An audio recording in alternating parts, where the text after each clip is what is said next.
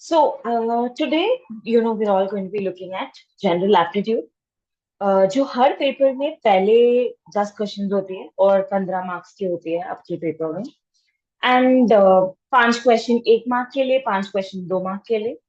बहुत मतलब एप्टीट्यूड में जो देखते हो सिलेबस में बहुत एक्सट्रीम चीजें आ जाती है। ठीक है, वर्बल एप्टीट्यूड जिसमें आपको verb, basic English grammar, tenses, articles, adjectives, prepositions, conjunctions, verb noun agreement, other parts of speech वगैरह भी मिल जाता है।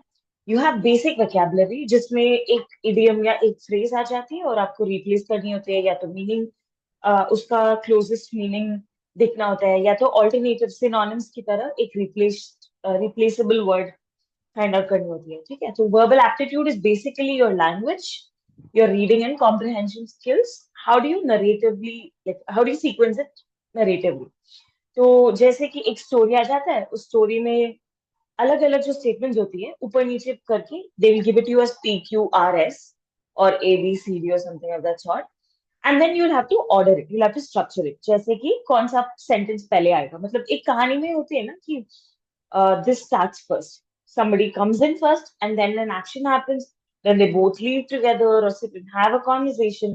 ऐसे ऐसे करके आपको समझ के उसको सीक्वेंस में डालना है। दे ये सारे जो 3 चीज मैंने अभी तक बताई, ये सब वर्बल एप्टीट्यूड के नीचे आ जाते हैं। ठीक है, फिर यू हैव क्वांटिटेटिव एप्टीट्यूड जिसमें नंबर्स रिलेटेड होती है। ठीक है, तो पहले यू हैव ग्राफ्स, इसमें पाई चार्ट हो सकती है, बार ग्राफ्स हो सकती है, एक एक्सेल या टेबल फॉर्मेट कुछ हो सकता है, मैप्स हो सकता है, 2 डायमेंशनल 3 डायमेंशनल प्लॉट्स वगैरह हो सकता है, और आपको डेटा इंटरप्रेट करनी होती है।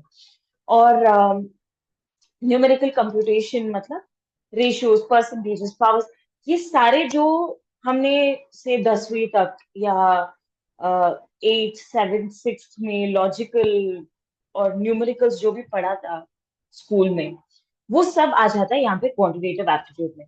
बहुत सिंपल सा होता है अगर आप उस क्वेश्चन को सही से समझते हो। ठीक है, फिर you have geometry, you have volume calculation, perimeter calculations. The thing is, her paper में ना बस 10 क्वेश्चन होती है। तो ये जो 10 क्वेश्चन है, जरूरी नहीं है कि एक ही टाइप का क्वेश्चन वापस रिपीट होते आए। ठीक है, एक बार अगर बार ग्राफ आ रहा है, दूसरी बार टेबल आ सकता है, और दूसरी बार बस एक प्रोबेबिलिटी का क्वेश्चन आ सकता है।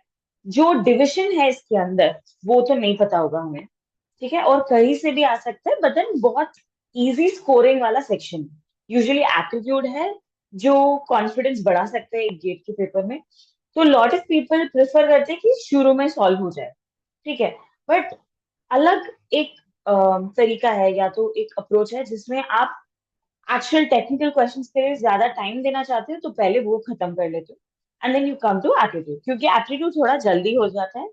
अगर आपको ज्यादा कॉन्फिडेंस चाहिए और ज्यादा आसान वाले क्वेश्चंस निपटानी है ताकि डेफिनेटली वो 15 मार्क आपको मिल सकते हैं, तो पहले शुरू में कर सकते हो।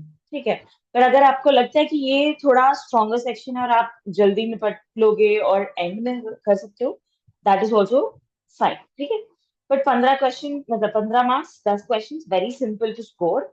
ठीक है, बस लॉजिक ये सब आपको प्रैक्टिस से आ जाएगा।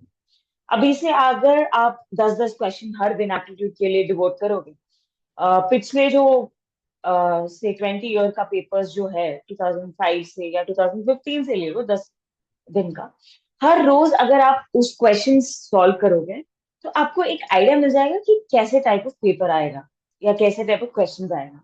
उसमें परमुटेशन कॉम्बिनेशन भी होती है। ठीक है, मतलब not the question I am saying एक क्वेश्चन मतलब रिपीटेटिव नहीं होता है यूजुअली, क्योंकि you have n number of questions you can ask in grammar.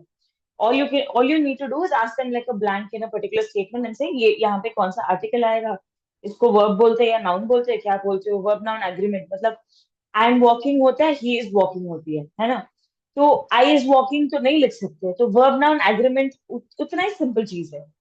ठीक है, ऐसे करके you have a lot of, तो बेसिक जो इंग्लिश में हम सीखते हैं, बेसिक जो मैथ्स में हम सीखते हैं, ये सारे टेस्ट करने के लिए ये वाला सेक्शन आते हैं।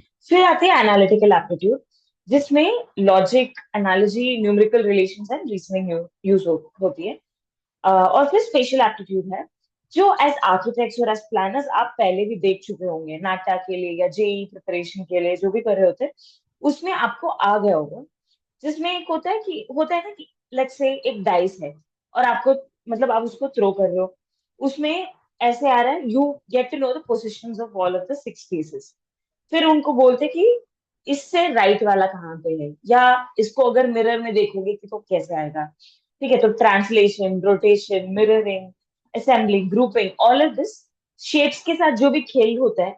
और फिर 2D में, 3D में जो पेपर फोल्डिंग होती है, 2D 3D में जो ट्रांसफॉर्मेशन होती है, ये सब स्पेशल एप्टीट्यूड में आ जाता है। जिसके लिए आप 3D में सोचना शुरू करोगे, ये सारे 2D में आता होगा, और स्पेशल एप्टीट्यूड एक 3D में आ जाता है। ठीक है, एंड ये भी थोड़े कुछ और क्वेश्चंस हैं। से लॉजिकल रीजनिंग में कैसे टाइप ऑफ क्वेश्चंस आ सकते हैं। एक होता है कि कोड्स कर लो, फिर ब्लड रिलेशन का कर लो, फिर परसेंटेजेस है, round table arrangement, sequences, series. आज एक्चुअली अटेम्प्टेड एन एग्जाम जिसके लिए एप्टीट्यूड के क्वेश्चंस में 10 थे, और उसमें एक सिंपल सा क्वेश्चन था। ठीक है, आपको दो देख के उसका लॉजिक या उसका बेसिक जो चीज है वो डेसिफर करनी होती है और थर्ड में अप्लाई करनी होती है। क्वेश्चन बहुत सिंपल था, क्या किया, I show you an example of what happened in that. तो एक ट्राइंगल यहाँ पे है, फिर यहाँ पे से एक नंबर है ए, फिर यहाँ पे एक नंबर है बी और एक नंबर है सी, फिर यहाँ पे वो लोगों ने डी करके एक नंबर लिखा है। तो फॉर एग्जाम्पल ए है 9, बी है 4, ठीक है, और सी है 3, और उसका बीच में जो नंबर है वो 39 था। ठीक है, तो इसमें ना आपको बेसिकली लॉजिक समझनी है। तो लॉजिक कैसे समझते हो, इस इन तीनों नंबर्स के बीच में जो रिलेशन है आप वो देखोगे। ठीक है, तो से फॉर एग्जाम्पल इसका आंसर था 9 into 4, मतलब 36 +3।